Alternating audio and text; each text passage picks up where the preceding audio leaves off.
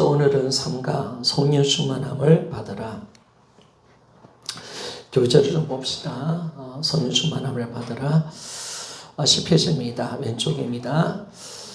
예수 그리스도께서 선천하신 후에 우리에게 보혜사 성령을 보내주셨다. 예수 그리스도께서 말씀하신 것처럼 이제 우리를 인도하시고 우리를 도와 우리의 모든 사역을 감당하게 하시고 승리하게 하시는 분은 성령이시다. 그러므로 이제는 우리는 모든 것을 오직 성령께 의뢰해야 한다라고 말했습니다. 주님이 우리에게 성령을 보내주시려고 하늘나라로 가셨습니다. 그래서 주님이 내가 너희를 떠나는 것이 유익하다라고 그렇게 말했습니다. 그래서 성천하신 이유가 우리에게 또 다른 보혜사를 보내주고 싶어서 하늘나라 가신 거죠. 그래서 지금은 또 하늘 보좌에 앉아 계시는 예수님은 우리에게 끊임없이 성령을 보내주시고 성령 역사를 통해서 교회를 통치하고 계심을 알게 되었습니다. 그러면 이 성령님이 왜 오셔야 되는가? 우리 신앙의 모든 주체가 성령 하나님이시죠. 우리가 성령의 인도를 받고 또 성령이 우리를 도와주지 않으면 우리는 아무 일도 할 수 없습니다. 신앙 자체가 불가능하죠. 예수님 없는 제자들의 삶, 이런 존재할 수 없는 삶 아닙니까? 그런 것처럼 그리스도인들은 성령이 아니면 아무것도 할 수 없다는 것을 우리가 알게 되었습니다. 그래서 우리가 자신의 무능함을 우리 인정하며 나가야 됨을 우리에게 말씀해 주고 있습니다. 그래서 우리가 정적으로 성령을 의뢰하며 살아가는 존재가 바로 이 땅을 살고 있는 그리스도인임을 말씀해 줍니다. 그래서 우리가 왜 성령을 의지하지 않느냐? 아직까지 내가 뭔가를 할 수 있다고 생각하는 것 같아요. 그런데 바울은 고린도전서 2장 3절과 4절을 보니까 고린도 교회 가운데 사역할 때 신이 떨었다고 말하잖아요. 성령의 나타남과 능력이 있지 않을까 싶어서 신이 떨었다라고 말했습니다. 왜냐하면 인간이 할 수 없는 일이잖아요. 우리가 전도하고 영혼을 변화시키는 일에 있어서. 그래서 정말 바울은 성령께 정말 사로잡히려고 정말 몸부림치며 살아갔던 것을 알게 됩니다. 여러분, 우리는 무능합니다. 그죠? 우리는 당연한 겁니다. 그런데 우리가 무능함과 우리의 부족함은 오직 성령으로 채워줄 수가 있습니다. 그러니까 하나님은 우리를 근거로 만들어 간 게 아니라 실거룩이죠. 그 안에 보배가 와 있는 것입니다. 나는 못하지만은 성령이 하신다. 이게 이제 신앙생활의 본질임을 말씀해 주고 있습니다. 자, 요한복음 14장 6절 말씀 같이 한번 읽어봅시다. 시작. 내가 아버지께 구하겠으니 그가 또 다른 보혜사를 너에게 주사 영원토록 너희와 함께 있게 하리니 아멘. 아버지께 구한대요. 그래서 또 다른 보혜사를 보내주시는데 보혜사의 이름이 뭐냐면 옆에서 도우시는 분, 위로하시는 분, 우리를 가르치시는 분, 우리를 변호해 주시는 분, 이런 뜻이죠. 그래서 너에게 주시는데 영원토록 너희와 함께 있게 하리니. 그래서 여러분, 우리가 예수 믿을 때 성령을 받은 줄 믿습니까? 이게 넘치는 거죠, 여러분. 성령이 오셨다는 것은 우리를 돕기 위해서 오신 겁니다. 우리 신앙의 어머니가 되신 분이 성령 하나님이시죠. 우리를 먹이시고 입히시고 가르쳐 주시고 양육하시고 우리를 변호하시고 우리를 지켜주신 분이 성령 하나님심을 정확하게 우리에게 보여주고 있다는 겁니다. 그래서 예수님이 내가 가면 보내겠다는 또 다른 보혜사. 그래서 이 다른 보혜사가 성령 하나님이신데 이분은 너희들을 떠나지 않고 영원히 함께하리라. 우리가 예수 믿을 때 성령 받은 사람 아닙니까? 누가 그리스도인입니까? 하나님의 영이 있는 사람만이 하나님의 자녀인 줄 믿습니까? 우리는 누가 주님의 자녀이냐? 성령 받은 사람입니다. 그래서 우리 신앙생활은 성령으로 모든 것이 되어진다는 것을 말씀해 주고 있습니다. 자, 요한복음 14장 12절 같이 한번 읽어봅시다. 시작. 내가 진실로 너에게 이르노니 나를 믿는 자는 내가 하는 일도 그도 할 것이요 또한 그보다 큰 일을 하리니 이는 내가 아버지께로 감이라. 아멘. 자, 예수님이 내가 너희들이 나를 믿으면 내가 하는 일도 할 것이다. 그리고 나보다 더 큰 일도 할 것이다. 라고 말했습니다. 야, 여러분, 예수님이 말씀하셨습니다. 여러분, 우리가 예수님 하신 그 일을 나도 할 수가 있고 어쩌면 더 큰 일도 할 수가 있다라고 말했습니다. 그리고 그러면서 왜 일을 할 수 있느냐? 이는 내가 아버지께로 가기 때문에 그렇다라고 그렇게 말씀하십니다. 이 말씀은 분명히 우리가 아는 것처럼 아버지께 왜 가기 때문에 일을 할 수 있냐면 예수님 성전하셔서 성령을 보내주시기 때문에 그럴 줄 믿습니까? 이게 정확하죠. 그리고 성령이 오시기 때문에 우리는 주님의 일을 감당할 수가 있고 주님보다 더 큰 일을 할 수가 있습니다. 사실 사도행전에 나오는 제자들의 삶들을 보면요, 주님보다 더 큰 일을 할 때도 많았습니다. 베드로가 설교할 때요, 3,000명, 5,000명 회개하고 돌아왔잖아요. 이런 예수님 설교할 때 3,000명, 5,000명 돌아왔습니까? 더 큰 일을 한 거예요. 바울이 설교할 때 고린도 지역이 초토화 되어버렸습니다. 에베소 교회가 엄청난 부흥이 없어 일어났습니다. 주님이 하지 못한 일을 제자들이 한 겁니다. 누구를 통해서? 성령을 통해서 한 것을 알게 되었습니다. 그러니까 여러분, 성령을 받았다는 것은 우리에게 이미 능력이 와 있는 줄 믿습니까? 주님은 복음을 만나보니까 이미 다 와 있구나. 나는 세상을 이기는 자가 이미 되었구나. 나는 뭐든지 할 수 있는 존재가 되었구나. 아멘 맞습니까? 하나님이 복음으로 시작하도록 만들어내신 거예요. 그래, 은사 정도가 아니에요. 기도 정도가 아니에요. 어떤 분이 내 안에 와 계시는가. 이걸 정확하게 우리에게 말씀을 해주고 있는 것이요. 또 다른 보혜사. 그분이 오시면 그 일을 할 수 있도록 예수님처럼 살 수가 있고 예수님 하신 일을 나도 할 수가 있다라고 정확하게 말씀을 하고 있는 것입니다. 자, 그래서 요한복음 16장 7절에 주님이 실상을 말씀하시죠. 자, 같이 읽어보기를 원합니다. 시작. 그러나 내가 너에게 실상을 말하노니 내가 떠나가는 것이 너에게 유익이라. 내가 떠나가지 아니하면 보혜사가 너에게로 오시지 아니할 것이요 가면 내가 그를 너에게로 보내리리. 아멘. 요한복음 16장 7절에 실상을 말해줍니다. 예수님이 이제 요한복음 16장 15장부터는 거의 이제 예수님이 목요일날 이 성만찬을 마치고 난 뒤에 이제 가시는 그 길 속에서 십자가에 가는 그 길 속에서 이 말씀을 주셨습니다. 그런데 제자들에게 계속 어떤 말을 하냐면 내가 간다는 거예요. 떠난다는 거예요. 그러니까 제자들이 얼마나 불안하겠습니까? 예수님 없는 제자의 삶은 상상을 못하는 거죠.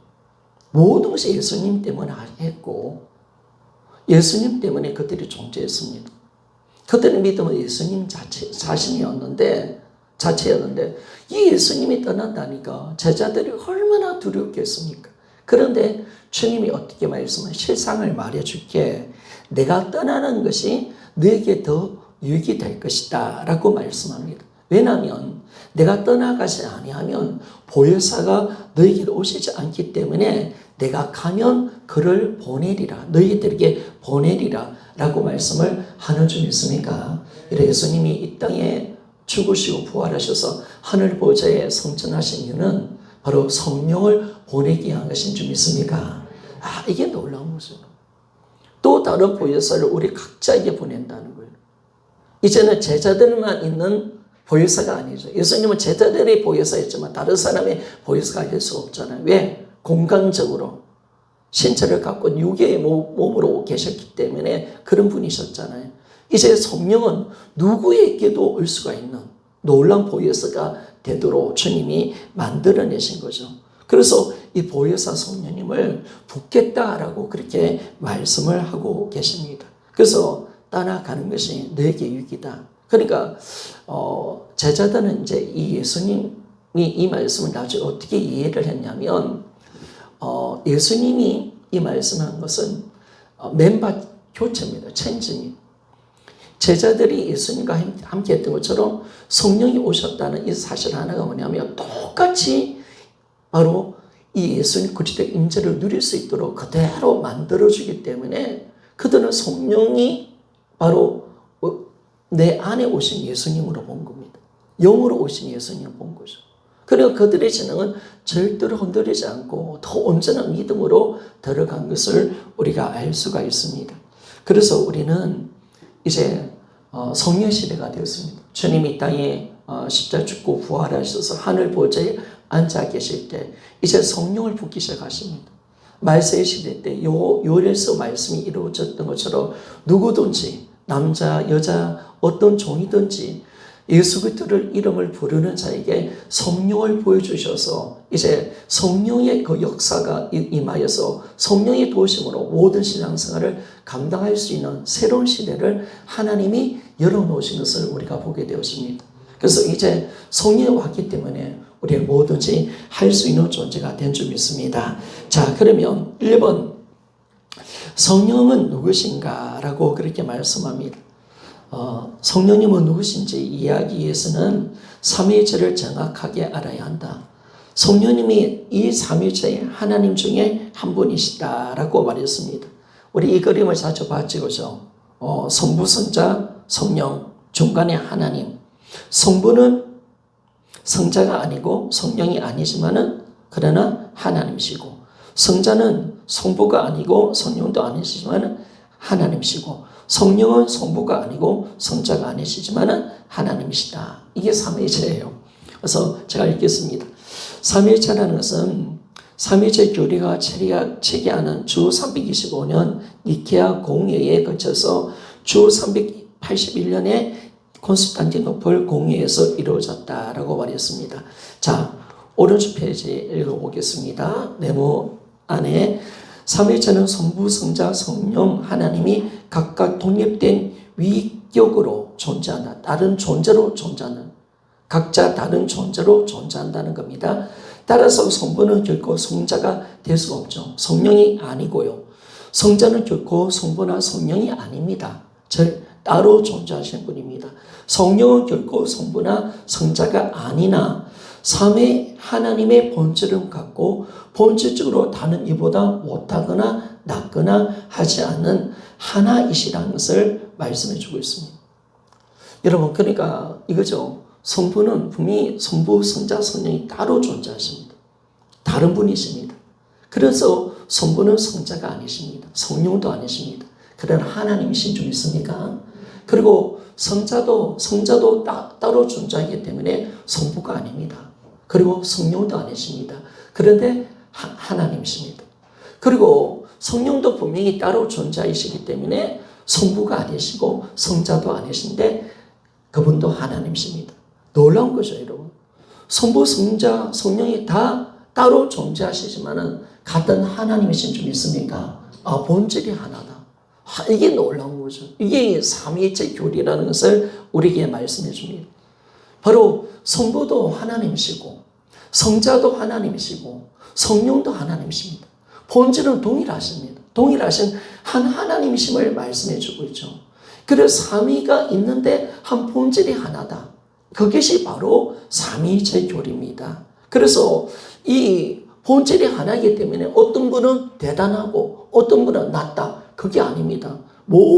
어떤 것도 모든 동일한 본질이시기 때문에 어떤 낮고 높음이 없고 오직 그분들은 동일히 모든 영광과 권능이 동일하신 하나님이심을 우리에게 말씀해 주고 있습니다. 그래서 우리가 그럴 수 있잖아요, 여러분. 성부는 높으신 분이고 성자는 두 번째시고 성령은 못하다. 이렇게 보면 안 된다는 거예요. 동일하게 영광과 찬양과 경배를 받게 하신 동일하신 하나님이심을 우리에게 정확하게 말씀해 줍니다. 그래서 삼위 하나님의 역할과 기능은 다르지만은 각 위는 동등하다라고 그렇게 말씀을 하고 있습니다. 자, 사도행전 5장 3절과 4절 말씀 우리 한번 같이 한번 읽어보기를 원합니다. 시작. 베드로가 이르되 아나니아야 어찌하여 사탄이 내 마음에 가득하여 내가 성령을 속이고 땅과 얼마를 감추었느냐. 땅이 그대로 있을 때는 내 땅이 아니며 판후에는 내 임의로 할 수가 없더냐. 어찌하여 이를 내 마음에 두었느냐. 사람에게 거짓말한 것이 아니요 하나님께로다. 아멘. 우리 사도행전 5장에 보면 아나니아와 삽비라가 땅 얼마나 감추어서 거짓말하는 그 일들을 보게 되었습니다. 그런데 성령 충만한 베드로가요, 그걸 잡아냅니다, 여러분. 그러니까 여러분들이 성령 충만할 이유가 있어요, 여러분. 아무도 모르잖아요. 아나니아 삽비라가 숨겼잖아요. 누가 알겠습니까? 그런데 성령님은 아시는 줄 믿습니까? 베드로한테 걸려버린 거예요, 정확하게. 성령이 역사하시는 거죠. 정확하게 아니까. 그런데 오늘 3절을 보니까 사탄이 네 마음에 가득하여 성령을 속이고 라고 말했습니다. 그러면서 또 4절에 보니까 어떻게 말씀하냐면 끝에 보니까 사람에게 거짓말한 것이 아니요 하나님께로다. 성령을 속인 것이 하나님께 거짓말한 것인 줄 믿습니까?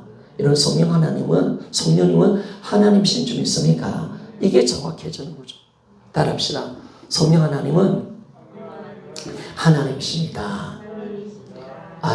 좀 말을 좀 이상하네. 성령님은, 다시 따라합시다. 성령님은 하나님이십니다. 자, 그렇죠. 우리가 이걸 정확하게 보는 겁니다. 성령을 속인 것이 하나님을 속인 겁니다. 성경 분명하게 성령이 바로 인격을 갖고 있는 하나님이심을 우리에게 정확하게 말씀해 주는 것입니다. 그래서 제가 밑에 부분 읽겠습니다. 성령은 인격을 가지신 하나님이시다. 많은 사람들이 성령 충만과 인도함을 받지 못하는 근본적 이유는 성경에서 성령을 불, 사도행전 2장 3절, 바람, 사도행전 2장 2절, 비둘기, 요한복음 1장 32절, 생수, 요한복음 7장 38, 39절 등의 상징적인 표현을 쓰기 때문에 성령을 영향력이나 능력, 힘 정도로 오해하여 하나님이신 성령이 인격체인심을 알지 못하기 때문이다 라고 말하고 있습니다. 그래서 우리가 한 가지 우리가 하지 않아야 될 것은 뭐냐면, 성령을 묘사할 때 우리가 다른 어떤 묘사들이 있잖아요. 성령님을 불로서도 역사하고, 또 성령을 바람으로 역사하십니다. 또 생수, 비둘기처럼 이렇게 역사하는데, 마치 이렇게 보면 어떤 비물질, 어떤 다른 어떤 존재, 이렇게 생각할 때가 있단 말이에요. 그래서 우리는 어떻게 성령을 다루냐면, 성령님을 영향력, 능력, 파워, 힘, 이렇게 우리가 볼 때가 있다는 겁니다. 그런데 그렇게 본다면 우리가 성령을 제대로 알지 못하는 거예요. 성령을 제대로 대우하지 못하고 있다는 것을 알기 때문에 우리가 성령의 인도하심과 성령 충만함을 받을 수가 없게 되는 것입니다. 여러분, 성령님은 어떤 분이시냐? 인격을 가지고 계시는 삼위 하나님 중에 한 분이심을 믿습니까? 이게 중요한 겁니다. 성령론에서 가장 중요한 것은 성령님이 어떤 분이시냐? 이분은 능력과 파워가 아니다. 은사가 아니시다. 이게 중요한 거죠. 성령은 삼위체의 한 분이심을 우리에게 말씀해주고 인격을 갖고 있는 하나님이신 줄 믿습니까? 이것이 시작되지 않으면 우리는 성령 충만함으로 들어갈 수 없습니다. 성령의 인도를 받을 수 없고 성령께서 우리를 온전하게 도와줄 수 없게 되는 것을 알게 되었습니다. 그래서 오늘 성령을 정확하게 아는 것이죠. 자, 그러면 10페이지 오른편 봅시다. 그러나 예수님께서 성령이 인격, 자, 인격이라는 것은 뭐냐면 지정의를 갖고 있습니다. 아는 거, 그리고 느끼는 거, 의지, 하나의 존재죠. 인격적인 존재. 우리가 인격적인 존재 아닙니까? 우리는 지정의를 갖고 있습니다. 하나의 인격을 가지고 독립된 인간으로서 살 수 있도록 그렇게 우리가 만들어진 존재 아닙니까? 그래서 제가 늘 이야기할 때 여러분에게는 자유의지가 있습니다. 사실 여러분 오늘 삼위예배 올 수도 있고 오지 않을 수도 있었습니다. 그죠? 그런데 여러분이 어떻게 했습니까? 그 의지를 내가 하나님께 드려서 오늘 삼위예배 왔습니다. 이거는 우리의 의지입니다. 인간은 로봇가 아닙니다. 내가 선택할 수 있는 자유가 있는 것입니다. 자유의지가 있는 겁니다. 아시겠죠? 그래서 우리는 하나님은 로봇으로 만들지 않았습니다. 우리 의지, 자유를 뺏는 분이 아니라 우리가 스스로 하나님 말씀을 지키는 존재, 인격적인 존재가 되도록 하나님이 만들어내신 거죠. 그런 것처럼 우리의 성령 하나님도 하나님의 인격적인 존재십니다. 하나님 인격을 갖고 있는 존재라는 사실을 정확하게 말씀해 주고 있습니다. 그래서 분명히 인격, 지, 정, 의를 갖고 계시는 하나님이심을 정확하게 우리에게 말씀해 줍니다. 이게 바르게 되지 않으면 우리는 성령을 제대로 알 수가 없고 그분의 인도하심과 성령의 충만함을 받아낼 수가 없습니다. 우리는 반드시 성령이 누군지를 정확하게 알아야 됩니다. 자, 그러면 1번 지식입니다. 성령은 하나님의 깊은 것을 통달하신다. 통달한다는 것은 뭐냐면 아신다는 것. 지식이 있다는 것.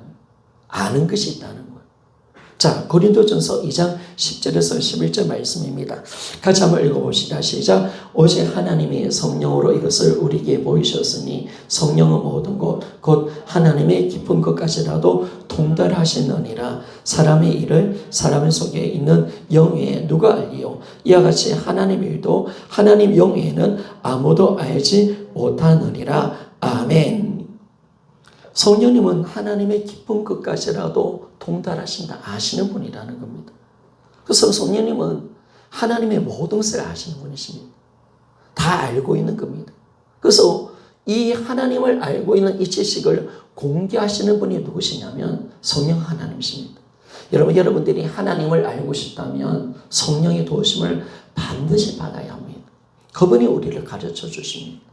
그래서 성령이 이분은 지식을 갖고 있는 분이심을 우리에게 정확하게 말씀해 주고 있습니다. 또 두 번째, 우리 감정을 갖고 있는 분이심을 말씀해 줍니다. 자, 성령은 저에 대해서 근심하신다라고 그렇게 말씀합니다. 자, 11페이지 넘어갑시다. 자, 에베소서 4장 30절 말씀까지 한번 읽어봅시다. 시작. 하나님의 성령을 근심하지 말라. 그 안에 너희가 구원의 날까지 인지심을 받았느니라. 아멘. 여러분 어때요? 내가 죄를 지으면 성령이 근심하는 소리 들려집니까? 우리가 죄를 지으면요, 성령이 우리 안에 근심하십니다. 아파하십니다. 이게 성령이 주시는, 성령님이 그것을, 성령님의 감정을 우리가 느낄 수가 있다는 거예요. 그러니까 우리가 성령의 그 은혜가 우리 와 있기 때문에 성령님이 우리가 죄를 지을 때마다 근심하고 안타까워하는 그 마음을 줍니다.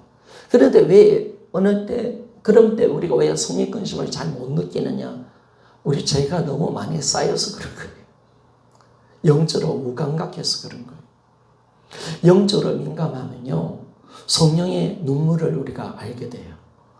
성령의 안타까움을 우리가 알게 되고 성령의 탄식 소리를 우리가 들을 수가 있는 거죠. 그래서 우리는 절대로 성령을 근심시키지 말라. 성령님은 근심하시는 분입니다. 성령님은 감정을 갖고 있는 분이십니다. 우리에게 성령 기쁨도 기뻐하시기도 하고 검진도 하시는 분이십니다. 그래서 예수님이요, 기뻐할 때 성령이 주신 기쁨으로 기뻐하셨다라고 성령은 말을 하고 있습니다. 성령 기뻐하시고 또 근심도 하시고 희로애락을 갖고 있는 이 감정을 갖고 있는 분이심을 우리에게 정확하게 말씀하고 있습니다. 자, 성령님 또한 탄식하신다. 자, 로마서 8장 26절 같이 한번 읽어보기를 원합니다. 시작. 이와 같이 성령도 우리의 연약함을 도우시나니 우리는 마땅히 기도할 바를 알지 못하나 오직 성령이 말할 수 없는 탄식으로 우리를 위하여 친히 간구하시나니라. 아멘. 성령이 탄식하는 두 가지 요소가 있는데, 우리가 영적으로 막 헤매고 안타까워할 때 성령 막 탄식하십니다. 그래서 여러분들 어느 때는 이 성령이 나의 기도를 도우시죠. 우리는 참 뭐가 연약한 존재냐면 기도가 참 약한 존재입니다. 영적으로 참 우리는 무지한 존재입니다. 뭘 놓고 기도해야 될지 우리가 잘 모를 때가 너무 많잖아요. 나에게 진정한 필요가 뭔지를 나는 몰라요. 그런데 성령은 그걸 알고 있는 거예요. 그러니까 성령이 우리를 위해서 탄식하면서 막 성령이 시키는 기도가 있어요, 여러분. 그때 성령은 탄식을 통해서 우리에게 직접 우리를 위해서 기도할 때 막 우리 기도가 막 열리는 거예요. 갑자기 막 이런 기도가 터지고, 갑자기 자신을 보면서 막 울면서 기도하게 되고, 갑자기 자식을 보면서 막 자녀들 보면서 막 눈물이 터져요. 그리고 이 나라를 보면서 나는 전혀 그런 마음 없었는데 갑자기 성령이 막 우셔서 나도 같이 우는 거예요. 막 같이 기도하는 거예요. 보니까 성령이 기도를 시키는 거예요. 우리를 통하여. 이럴 때 참 많거든요. 어느 때 성령이 우리를 그렇게 이끌어가는 거예요. 왜? 우리가 헤매고 있을 때. 성령 우리의 낙함을 돕기 위해서 오셨거든요. 그래서 여러분이 기도의 자리에 들어가면 참 성령의 은혜를 많이 경험할 수가 있습니다. 그런 성령님은 오신 이유가 하나가 큰 일이 뭐냐면 우리의 기도를 돕기 위해서 오신 줄 믿습니까? 그러니까 성령의 역사를 경험하기 위해서는 기도해야 되는 거예요, 여러분. 그분이 어떤 탄식으로 기도하는지, 깊은 은혜의 자리에 들어가면 성령이 막 시키는 기도가 있어요. 오늘 때 목소리면서 오늘 기도했어요. 그죠? 오늘 갑자기 공동체에서 기도했어요. 오늘 갑자기 나라를 위해서 기도했어요. 나는 아무 생각을 안 했는데 갑자기 그 기도가 막 쏟아지는 거예요. 여러분, 그거는 내가 하는 기도가 아니에요. 성령이 나를 사로잡아서 그 안타까움의 심정을 가지고 그 기도를 드리는 거예요. 그리고 여러분들 어느 때 나는 지금 그 먹고 사는 거, 어떤 내 자녀 문제에 기도 막 하려고 하는데 진짜 하나님은 내가 기도할 제목이 있는데 그 기도가 아니야. 하나님이 원하는 것은 내 필요가 뭔지를 아는데 나는 그 필요를 몰라. 그러니까 다른 엉뚱한 기도를 하는데 성령이 그 모습을 보면서 탄식을 하는 거예요. 막 탄식을 하게 하면서 어떻게 하냐면 정말 우리에게 가장 필요한 제목, 내 영혼을 위한 기도를 시키고 우리가 우리 죄를 회개하도록 만드는 그런 기도를 시킬 때가 참 많습니다. 그때는 누가 기도했느냐? 여러분, 내가 기도한 것이 아니죠. 성령이 기도하신 줄 믿습니까? 성령이 기도하신 거예요. 우리가 이 기도를 우리가 드리는 거죠. 그래, 기도는 여러분에게서 시작되면 안 됩니다. 성령으로 시작되기를 소원합니다. 여러분의 기도 제목이 아니면 하나님께서 시키는 기도가 되어지기를 원합니다. 그러니까 이게 정말 중요한 거죠. 기도 제목을 내가 받아보면 일요일날 신정기도 성령 여신 예배 때 기도 제목을 받아보면 많은 분들이 자기 머리에서 놓으시는 기도 제목을 많이 내요. 그런데 어떤 사람들은 정말 성령께 응답받아서 가장 소중한 기도, 우리 교회와 공동체와 또 우리 나 자신에서 가장 하나님이 원하는 기도를 딱 내는 사람을 딱 읽어보면 이 사람이 전 성령과 교통함이 있구나. 이걸 제가 알 수가 있죠, 여러분. 달라요, 여러분. 성령이 역사하는 거죠. 그러니까 여러분들이 그냥 기도하면 안 돼요. 우리가 기도 드릴 때 그냥 짧게 10분 정도 기도하면 안 돼요. 기도가 깊어져야 돼요. 30분, 1시간 깊어져야 돼요. 그래서 성령이 처음에 기도했던 잡다한 생각 속에서 혼적인 기도를 드립니다. 성령과 교통함이 없는 기도를 드립니다. 그런데 내가 자꾸 회개하고 정결해지면 내 영을 성령이 사로잡는 거죠. 그래서 성령이 나를 기도시키는 거죠. 그 시간. 그러니까 기도가 참 재밌습니다. 왜냐하면 오늘 내가 어떤 기도를 드릴까? 여러분, 성령이 하시는 줄 믿습니까? 그러니까 여러분, 오늘도 저도 그래요. 하나님, 기도 지겹네, 지겨워, 진짜. 오늘도 또 기도네요, 진짜. 그런데 참 심리하게 들어가면 너무 기도할 제목이 많고 하나님 원하는 기도를 내가 다 발견하면 너무 좋은 거예요. 그리고 그 기도를 통해서 내 자신이 점검되어지고 교회가 점검되어지고 지체 한 사람 한 사람을 놓고 기도할 때 뭘 만져야 되는지를 정확하게 알게 되고 내가 앞으로 어떤 설교를 가야 해야 되고 내 혼미함이 그 기도 시간에 싹 사라져 버리는 거예요. 그러니까 여러분, 하나님 첫 시간을 주께 드리는 새벽전환이 기도는 그때 다 내 모든 것이 결정되거든요. 설교를 하고 난데 하나님께 기도하는 그 1시간, 우선 1시간, 2시간 정도 기도하는데 그 시간 기도하는 시간 속에 하나님이 잘못된 걸 다 정리해 주시고요. 그리고 내 영혼을 맑게 만들어서 깨끗하게 해서 바르게 주님을 볼 수 있게 만들어주고 교회가 어디로 가야 되는지를 정확하게 보여주고요. 지체를 어떻게 만져야 되는지를 정확하게 알게 해주신 줄 믿습니까? 호미함이 없는 거예요. 그런데 기도 안 하면요. 다 호미한 거. 다 여러분 정욕과 욕심으로 살고 이러니까 일을 해도 열매가 없어요. 하나님 역사하신가 임재 은혜가 없는 거예요. 여러분. 호미하니까 자꾸 어둠 속에서 헤매며 살아가는 거죠. 이런 그런 은혜가 기도 속에 있습니다. 그래서 여러분들이 정말 기도 속에 깊은 은혜 속에 들어가는 것이 성령 충만 받는 것이 여러분 모든 삶의 지름길인 줄 믿습니까? 여러분 그게 진짜 기도가 지름길입니다. 기도가 가장 빠른 지름길입니다. 내 수고 10시간 하는 것보다 1시간의 기도가 더 빠를 때가 많습니다. 하나님 그렇게 하십니다. 그래서 여러분들이 기도 안 하면 인생을 낭비하는 겁니다. 염려, 걱정, 두려움으로 그리고 내 생각, 내 판단으로 한참 헤매며 돌아다니죠. 마치 이스라엘 백성들이 석 달만이면 이제 강야를 지나서 가나안 땅에 들어갈 수 있는 이 땅을 그들이 영적으로 깨지 않으니까 40년 내내 돌아가는 겁니다. 세월만 낭비하는 거죠. 여러분 그러면 안 되는 거예요. 그래서 여러분이 기도하셔야 됩니다. 그리고 성령님은 또 언제 탄식하느냐. 우리 기도가 약할 때 성령이 직접 탄식하시면서 우리 기도를 도우시는 거죠. 그러니까 성령이 막 기도시킬 때는 막 눈물이 많이 나요. 애타게 막 기도가 터져요. 막 이게 내가 오는 게 아니야. 내 애절함이 아니야. 우리가 뭐라고 상대방을 보면서 그렇게 애타게 웁니까? 어느덧 안 그렇습니까? 저 사람한테 내가 돈이 나오나?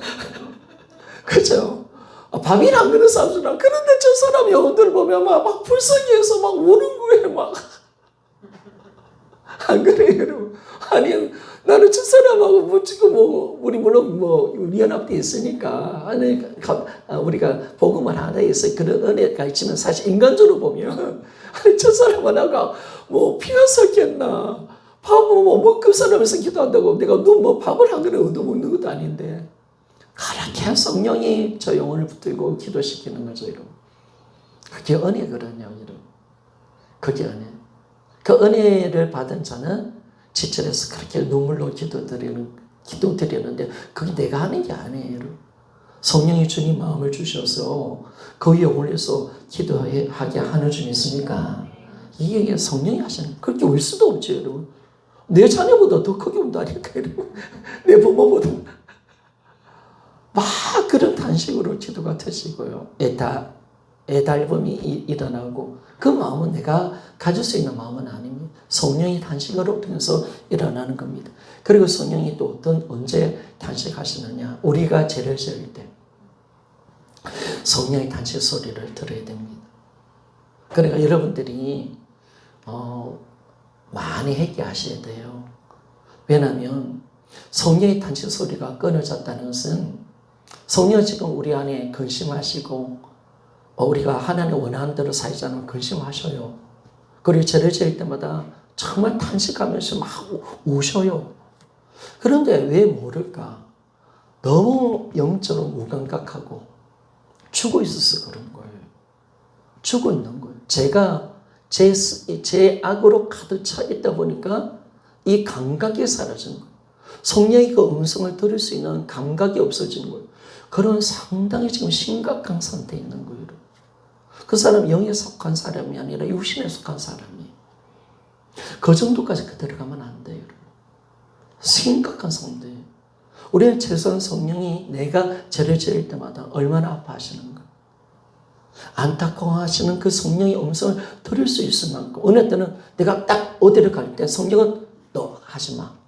부르기를 딱 걸어줘야 되는데 그 부르기가 없다면 얼마나 성령을 많이 모시기에 그것이 인지되지 않을 만큼 내가 성령을 지금 성령 역사가 지금 약해졌다는 것을 우리가 알잖아요.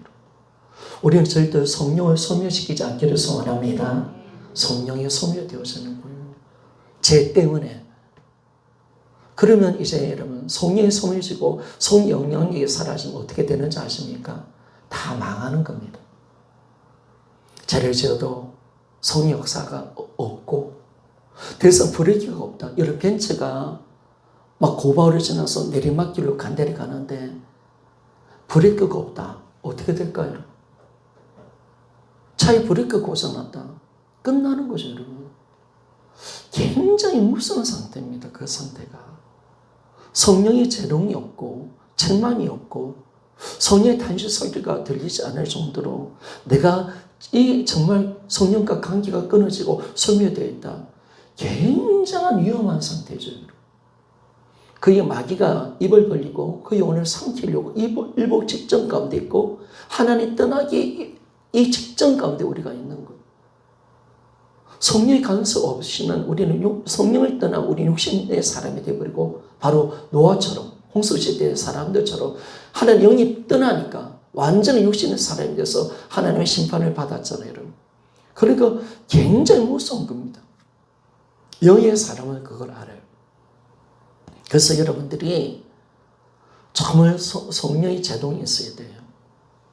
내가 죄를 지을 때마다 내가 하나님 원하지 않는 일을 할 때마다 딱 성령이 제동을 거는 은혜가 있기 때문에 우리는 더 이상 죄에서 빠지지 않아서 내 영혼을 지켜낼 수가 있는데 이게 없는 사람은요. 브레이크가 없는 사람, 막 가는 사람, 온갖 죄를 지어도 예배를 빠져도 기도 안 해도 막 가는 사람, 온갖 죄를 다 지어도 양심의 가책도 없고 탄식도 없는 사람, 성령이 완전히 소멸된 사람이 그리고 그들은 이제 주님을 떠나게 될 겁니다.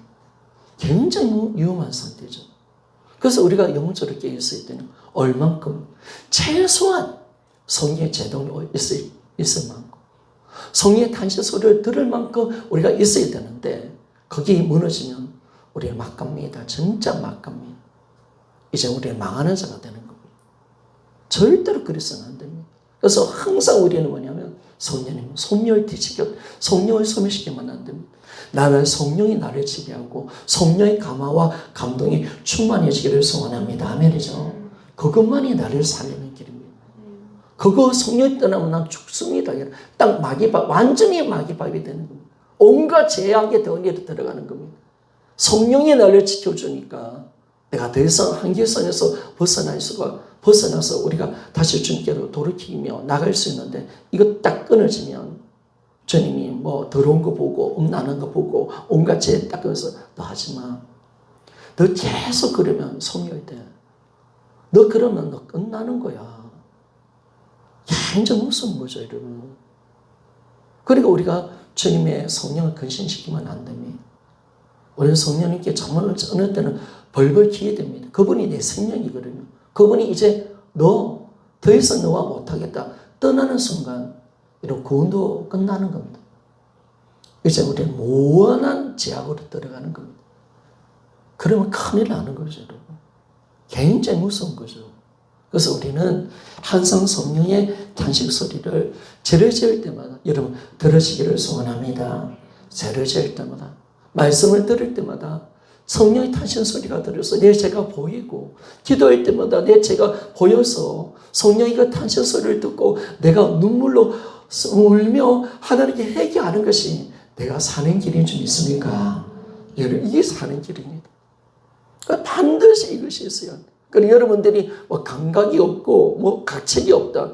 여러분 지금 거의 망하기 일보 직전이라고 생각하면 됩니다. 아차 정말하면 나는 주님을 떠나는 자리로 가는구나 라고 생각해야 됩니다. 그래서 우리가 참 두렵고 떨림으로 주님의 구원을 이루어야 되고 절대로 성령의 영향력이 약해지면요 우리는 큰일 납니다. 방자합니다. 하나님 앞에 불순종을 마음껏 저지르고요. 우리가 나중에 하나님 버리는 자리로 들어갑니다. 그래서 절대로 그래서는 안 됩니다. 성령이 우리를 사로잡아야 합니다. 세 번째, 의지를 갖고 있는 분이시죠. 성령은 은사를 그분의 뜻대로 나누어 주신다. 자, 고린도 전서 12장 11절 말씀을 좀 보기를 원합니다. 같이 한번 읽어보시라. 시작. 이 모든 일을 같은 한 성령이 행하사 그의 뜻대로 각 사람에게 나누어 주시는 것이니라. 아멘. 고린도전서 12장 우리 1절부터 쭉 보게 되면 9가지 은사가 나옵니다. 그래서 말씀의 은사, 지식의 은사 쭉 하면서 예언, 통변 이게 쭉 나오는데, 그런데 각 사람에게 은사를 주시는 분이 누구시냐? 성령이 주신다는 거. 성령님이 그분 뜻대로 이 의지를 가지고 이 사람에게 내가 주리라 이럴 때 성령을 준다는 거. 그래서 성령님은 어떤 분이시냐? 의지를 갖고 있는 분이시다. 하나의 완전한 독립된 인격체이시다.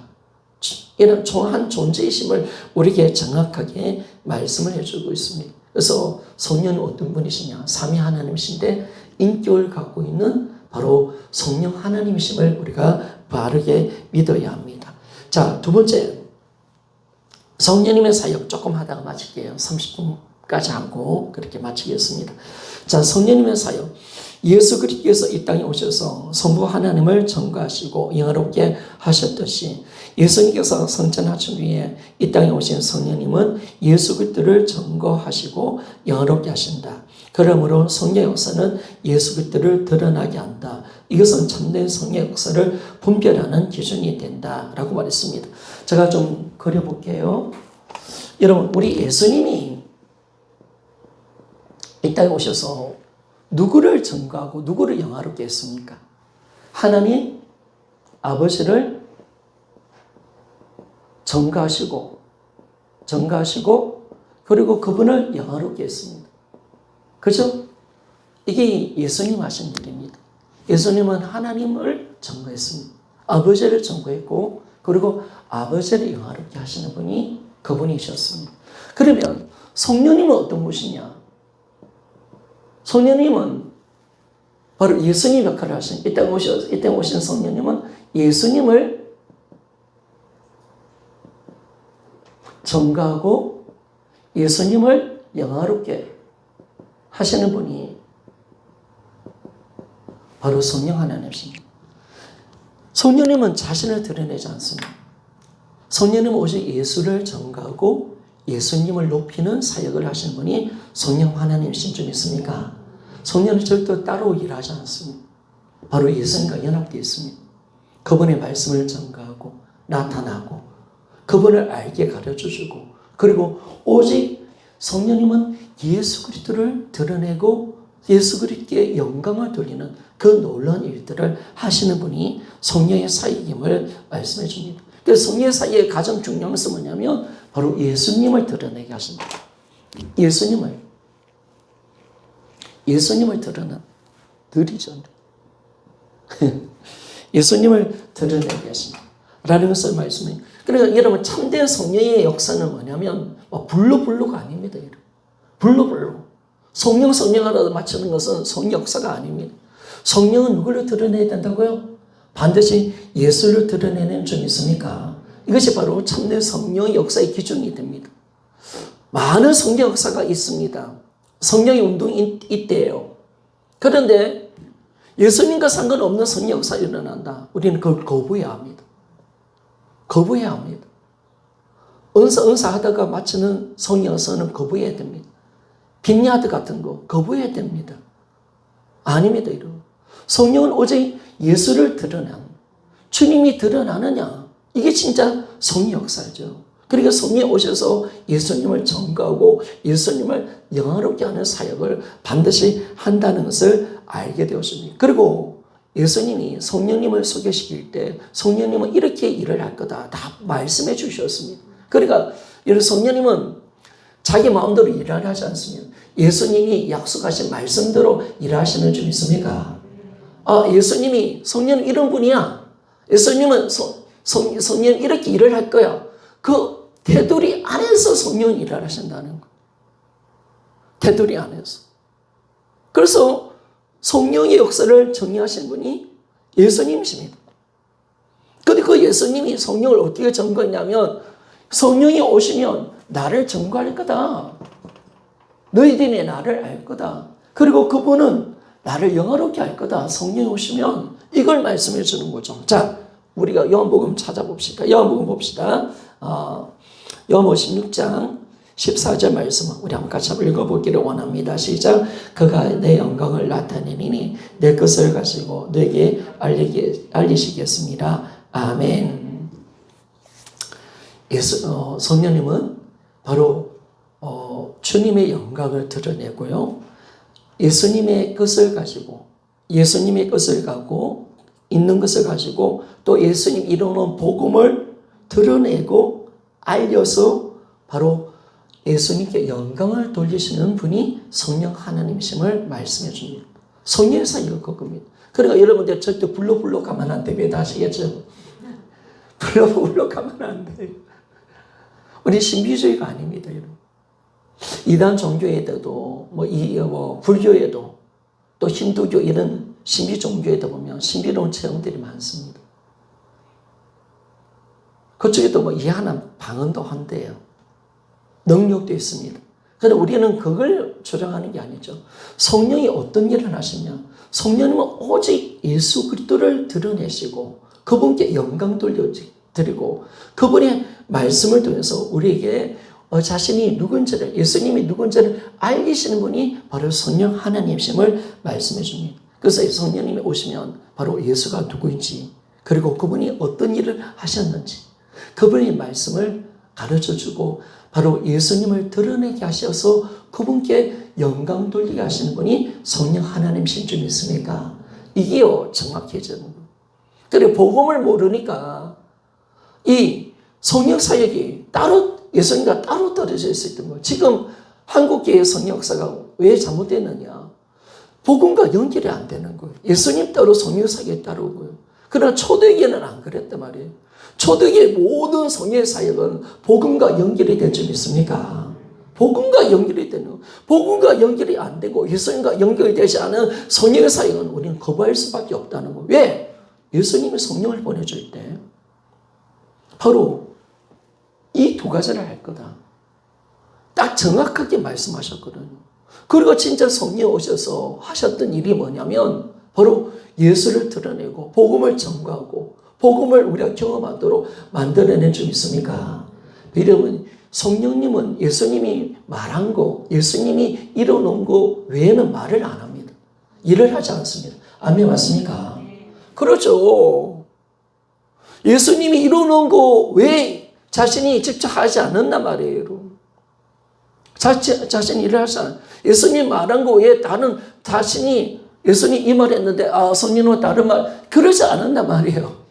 그리고 예수님 이루는 약속의 말씀은 이걸 이렇게 성령 오시면 이걸 이제 우리가 경험하도록 만들어내 주시는데 성령님은 예수 이루어놓으신 복음을 통해서 우리에게 역사하신 분이지 복음을 떠나서 역사하지 않는 분이나 사실 있습니까? 이게 정확하지는 거예요. 그 성령님이 이런 뭘 할까요? 성령님이 예수님 말씀을 가르쳐주고 이런 복음이 실제가 되게 하시는 줄 있습니까? 구원을 이런 만들어주고 아멘입니까? 예수님을 주인으로 믿게 만들고 아멘 맞습니까? 바로 우리 안에 들어오신 예수님을 경험하도록 만들어주고 있습니까? 다 성령 역사하시는 다 성령 역사. 성령이 다 경험하게 하시는 거예요. 예수님의 모든 말씀이 진짜임을 다 경험하고 예수님 이루어오신 사역을 다 경험할 수 있도록 십자가의 구원의 은혜를 경험하고 부활의 그 영광을 누릴 수 있도록 만들어주는 모든 역사가 성령 역사임을 말씀해 주는 거죠. 그래서 그분이 그렇게 하시는 겁니다. 자, 요한복음 15장 26절 말씀을 봅시다. 이것만 보고 기도하고 마칩시다. 자, 요한복음 15장 26절을 같이 읽어봅시다. 시작. 내가 아버지께로부터 너에게 보내 보혜사 곧 아버지께로부터 넣으시는 진리의 성령이 오실 때 그가 나를 정언하실 것이요. 자, 요한복음 16장 14절에서는 내 영광 동그라미. 성령님은 예수님께 영광 돌리신 분이십니다. 예수님을 영화롭게 위해서 하는 것이 성령의 사역의 주된 목적이십니다. 그리고 요한복음 15장 26절은 그가 나를 정언하실 것이다. 정언의 동그라미. 바로 영광과 정언. 바로 예수님이 이 일을 먼저 하셨죠. 하나님을 아버지를 증언하셨고 아버지께 영광 돌렸던 것처럼 이제 멤버 교체가 된 겁니다. 성령이 오셔서 예수님을 증언하고 예수님께 영광 돌리는 사역을 하시는 것이 바로 성령의 사역임을 우리에게 말씀해 줍니다. 그런데 이렇게 딱 되어지니까 이제 더 이상 불러 할 수 없는 것이에요. 여러분 초대교회 사도행전의 모든 기적은요 바로 복음을 위한 것인 줄 믿습니까? 복음을 위한 것. 성령이 뭘 하셨는가? 바로 성령이 가장 하셨던 사역의 중심은 뭘까요? 그러면 여러분 성령이 가장 중심적인 사역이 뭘까요? 그러면 성령이 가장 오셔서 가장 어떤 일이 가장 중심적인 사역으로 그분이 일을 하실까요? 당연히 그렇죠, 여러분. 예수님께서 이루신 십자가와 부활을 믿어서 예수님을 주로 믿어서 구원받는 사역인 줄 믿습니까? 당연하죠. 복음이 뭐냐면 예수님 우리가 구원받는 거잖아요. 복음은. 예수님이 누군지를 알게 해서 우리가 죄를 회개하고 예수님을 주로 믿게 만들어서 예수님을 진짜 믿어 구원받게 하시는 그 사역을 성령이 하시는 줄 믿습니까? 이거죠. 이거. 성령이 진짜 하시는 일인 이거죠. 이거. 제3을 주는 성령. 그죠? 제3을 통해서 회개하게 만들고 예수 그리스도를 주로 믿어 구원받게 하는 거 아니면 맞습니까? 이게 가장 중요한 성령의 사역이죠. 그리고 우리가 모든 성령의 사역을 감고해야 되느냐? 복음과 연결되는 거예요. 예수님이 이 땅에 오신 이유가 뭐예요? 결국 우리를 구원하게 한 거잖아요. 우리에게 이 복음의 은혜를 우리에게 주고 싶어서 그런 거잖아요, 여러분. 그러면 이 복음의 시작, 우리가 예수님이 우리가 누군지를 정확하게 가르쳐주고 또 뭐냐면 우리가 죄가 뭔지를 정확하게 알아서 회개하여 십자가의 은혜를 알게 만들고 우리가 거듭나 하나님 자녀 되게 하는 거, 그것이 성령 역사인 줄 믿습니까? 거듭남의 역사, 성령 역사하는 거. 이게 일어나야 돼. 다른 어떤 것부터 이게 먼저 일어나야 돼. 가장 이것이 중심이 돼야 돼요. 우리 다리에서 이렇게 이 역사가 일어나기를 소원합니다. 이 역사가 반드시 일어나야 돼요, 여러분. 이게 가장 우선순위였어요. 그래서 이런 베드로가 3점에 얘기할 때 이 역사가 일어난 거예요, 이 역사가. 사도 바울이 복음을 전할 때마다 이 역사가 일어난 거죠, 여러분. 이 역사가. 그리고 예수 복음을 전거할 때마다 회개가 터졌고 예수 그리스도가 누군지를 알게 되었고 주로 믿어 거듭남의 역사, 그리고 성령이 그들 심령 속에 들어오셔서 바로 예수 그리스도의 임재를 만드는 사건 아멘 맞습니까? 이 역사가 여러분 교회들마다 일어나야 되는 거예요. 바로 구원의 사역의 주체가 성령님이시고요. 그래서 우리는 이 구원의 사역, 하나님의 이 넘치는 이 구원의 사역은 인간의 어떤 경험과 지식과 논리로서는 도무지 할 수 없는 사역, 여러분 사역입니다. 이건 오직 성령만 할 수 있는 사역이라는 사실 믿습니까? 그래서 우리는 전적으로 성령을 의지해야 됩니다. 그래서 교회가 거룩해지기를 소원합니다. 거룩해져야 됩니다. 여러분 거룩해야 합니다. 하나님 사랑으로 충만해야 되고요. 성령으로 충만해야 됩니다. 성령이 마음껏 일할 수 있는 장소가 되도록 우리가 깨끗함과 정결함으로 있어야 합니다. 말씀의 말씀대로 역사대로 성령이 일하시도록 가장 급박한 일, 우리가 죄를 책망하여서 지옥 갈 죄를 가르쳐 주어서 정말 예수 그리스도를 앞에서 회개하고 그분을 주로 믿을 수 있도록 성령이 역사하도록 우리가 날마다 정결한 역사로 서게 성령의 현장이 되기 위해서 우리가 날마다 기도하고 정결하게 사는 것. 이게 우리가 할 일이라는 겁니다. 이게 우리가 할 일이에요. 그래서 전적으로 우리는 모든 이 구원의 사역 뿐만 아니라 주님이 복음으로 이루어오신 모든 사역, 우리가 옛사람 죽고 새로운 피조물 되는 거, 내가 주님과 연합을 이루는 거, 임재를 경험하는 거, 여러분 다 성령으로 되는 줄 믿습니까? 성령으로 다 되어지는 거예요. 성령이 아니면 이걸 내가 경험할 수 없는 거죠. 지식일 수밖에 없는 거죠, 여러분. 이런 복음이 지식이다. 성령이 일하지 않을 때 그것은 지식입니다. 성령이 역사하면 실제인 줄 믿습니까? 그렇게 되는 거죠, 여러분. 딴 거 없는 거예요, 여러분. 지식이냐, 실제냐. 물론 우리가 그 실제는 맞아요. 그 진짜 이루어지는 맞는데 그래도 내가 경험하는 지식이잖아요. 우리 여러분들이 성령 우리가 주님이 이뤄놓으신 이 모든 복음이 실제잖아요. 진짜잖아요. 그럼 이것이 진짜로만 여러분 우리가 살아가는 게 아니잖아요. 주님의 말씀은 실제이기 때문에 경험되는 지식인 줄 믿습니까? 반드시 우리에게 경험되어져야 합니다. 여러분. 경험할 수 있습니다. 경험할 수 있습니다. 우리는 모든 주님의 말씀을 경험할 수가 있습니다. 그래서 제가 예전에 무디 목사님 성경을 딱 보니까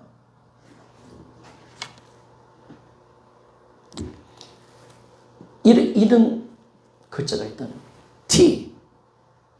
근데 무디 목사님 성경에 어떤 기자가 보니까 T와 P가 많은 거예요. 목사님, 왜 T와 P를 적었습니까? 수많은 성경이 T와 P를 이 말씀은 이게는 왜 내가 T와 P를 적었냐면 T는 테스트. 하나님의 말씀이 진짜 맞는가 테스트 해봤다는 거예요. P는 뭐냐? 프로브드. 증명되었다는 거예요. 여러분 하나님의 말씀은 여러분 살아있는 생명의 말씀이고 진짜 말씀이기 때문에 여러분들이 정말 테스트하고 우리가 그 말씀이 진짜인지를 성령께 묻고 우리가 나아갈 때 반드시 성령은 경험시켜 주시는 말씀일 줄 믿습니까? 우리는 경험합니다, 여러분. 그러니까 진짜라고 주장할 수가 있는 거죠. 여러분, 예수님이 진짜 성령 보내주신 거 맞습니까? 내 안에 성령이 계시는 줄 믿습니까? 우리는 아는 거예요. 성령 계시는 거 우리는 아는 거야, 여러분. 성령이 어떻게 없다고 내가 부인할 수가 있겠어요, 여러분. 성령 감동하다 가마가 늘 있는데 성령으로 기도하고 처음 하는 게 분명 있잖아요, 여러분. 그러니까 우리가 하나님의 말씀을 믿는 것이 그잖아요, 여러분. 다 경험되는 거예요, 여러분. 주님과 연합도 경험되시고요. 주의 임재도 경험되는 실제인 줄 믿습니까? 여러분 경험되는 거예요. 그러니까 여기 경험대로 서로 나누잖아요. 여러분. 그러니까 이 사람 막 경험하면 야 나도 예전에 경험해봤어. 니도 경험해봤어. 야 나도 경험해봤어. 니도 그 음성 들었어. 나도 그 주님이 그때 그렇게 음성 주시더라. 서로 아는 거예요. 우리 진짜인지. 니도 그렇게 성령 경험, 나도 없어. 나도 그렇게 성령 경험해봤어. 서로 뭐 그러면 우리가 다 이해가 돼요. 서로 다 경험되는 지식입니까? 같은 성령을 받았으니까. 아멘 맞습니까? 다 경험되는 거예요, 여러분. 그게 재밌는 거잖아요. 진짜이니까. 사실이니까. 그래서 여러분들이 나의 말에 이 놀라운 경험을 우리가 할 수가 있는 겁니다. 그래서 성령님은 이 놀라운 구원의 역사를 이루시고 이 주체가 되시는 성령 하나님이시고 그리고 예수님의 복음의 사역의 모든 것을 경험하고 실제가 되게 하신 분이 성령 역사다라는 것을 우리가 할 때 성령은 예수를 증거하고 영화롭게 한다. 말이 맞는 거예요. 그러니까 바르게 가는 거죠. 그래서 제가 딱 이걸 알고 나는데 이제 은사 운동 안 한다. 이제 복음으로 간다. 대상 이제 불러 안 한다. 그렇게 될 수밖에 없는 거예요. 잘못된 길로 가면 안 되잖아. 아는데. 그래서 우리 교회 가운데 이 복음의 강력한 역사가 성령을 통해서 이루어지기를 소원하며 우리 교회 참 많은 일들이는 어저께도 우리 아들이 막 그냥 목도 조르고 눈도 쑤시 보고 눈 쑤시 보셨습니까? 눈 한 수 받으면 진짜 돌아버립니다. 목 졸라 보셨습니까? 그래, 저쪽에 숨어서 보면 죽습니다, 진짜. 그래서, 여러분, 별의별 경험을 다 해봤죠, 여러분. 근데 이것이 주님을 진정으로 드러난다면 괜찮은데, 그런데, 복음과 연결되지 않는다면 우리는 거부해야 합니다. 우리 바르게 가는 거죠. 교회가 어떤 성령의 운동을 우리가 경험해야 되는지를 우리가 알 때, 우리가 소원하는 것은 뭐냐면, 정말 이 예수께서 이루어놓으신 복음의 은혜를 마음껏 성령이 일을 하시고 아멘 맞습니까? 수많은 영혼들을 거듭나게 하고 아멘이죠. 진짜 삶의 변화를 만들어내고 아멘 맞습니까? 예수님은 진짜 주인으로 믿는 역사가 일어나기를 소원합니다. 야, 이것만 되면 다 되거든요. 이것만. 진짜 안 믿으니까 문제지. 진짜 믿으면 이거는 굴복만 되어오시면 여러분 나의 삶은 아무 문제가 될 게 없어요. 다 신앙생활 완전한 자로 들어갈 수가 있고 주님의 임재 속에 들어가면 이 끝나는 거예요. 신앙생활은. 그러니까 제가 그런 것 같아요. 제가 어저께 기도하면서 생각했던 걸 기록을 잘 하는데 아무리 큰 은혜를 받아도 아무리 좋은 말씀을 들어도 아무리 성령의 역사가 커도 이 사람 영혼이 진짜 예수님을 주인으로 믿지 않는다면 아무 의미가 없다. 변화는 일어나지 않는다. 그래서 나는 복음에 집중해야 된다. 그걸 다시 결단해보는 거. 왜 여기만 목숨 던지고 가는지 제가 아는 거예요. 그래서 여러분들이 가는 거예요. 여러분 우리가 은혜 안 받았습니까? 은혜가 아주 부족합니까? 기도를 작게 했습니까? 성령의 요즘 인터넷 캐면 이러면 목사님 설교 좋은 설교가 폭풍수처럼 쏟아집니다. 그죠? 세미나 찬양 집회 안 갔습니까 여러분? 근데 변화됐습니까? 그런데도 내 모습은 변화가 안 돼요. 여러분. 기도도 좀 했어요. 그런데 변화됐습니까? 안 돼요. 진짜 주인을 바꿔야 돼요. 그거 아니면 모든 신앙생활은 자기 중심이에요. 자기를 위한 거예요. 자기 연민에 빠져서 신앙생활 할 수밖에 없어요. 끝까지 자기 문제 가지고 살아가요. 하나님 나라의 안 구해요. 주님 원하는 믿음의 자리 못 들어가요. 절대로 못 들어가요.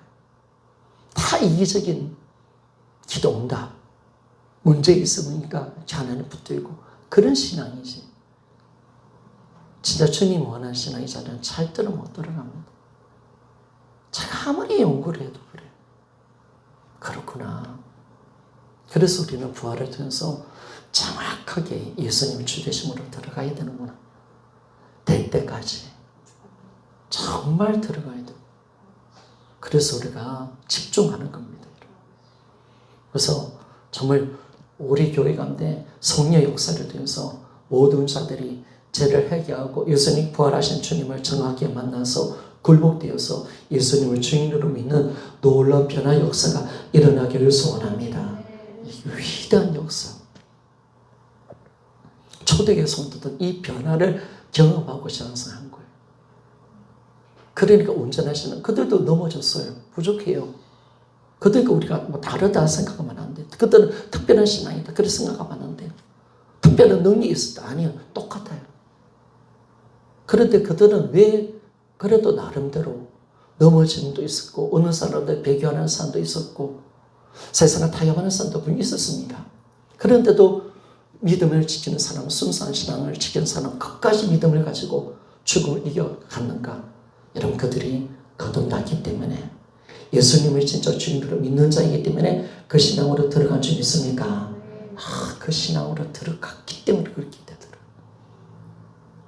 진짜 예수님을 주인으로 믿으니까 되더라. 그러니까 이 역사가 우리 다대성교회에 정확하게 일어나서 정말 우리가 변화되고 주의 임재 속에 살아가는 그런 놀라운 역사가 우리의 삶 속에 일어나기를 원합니다.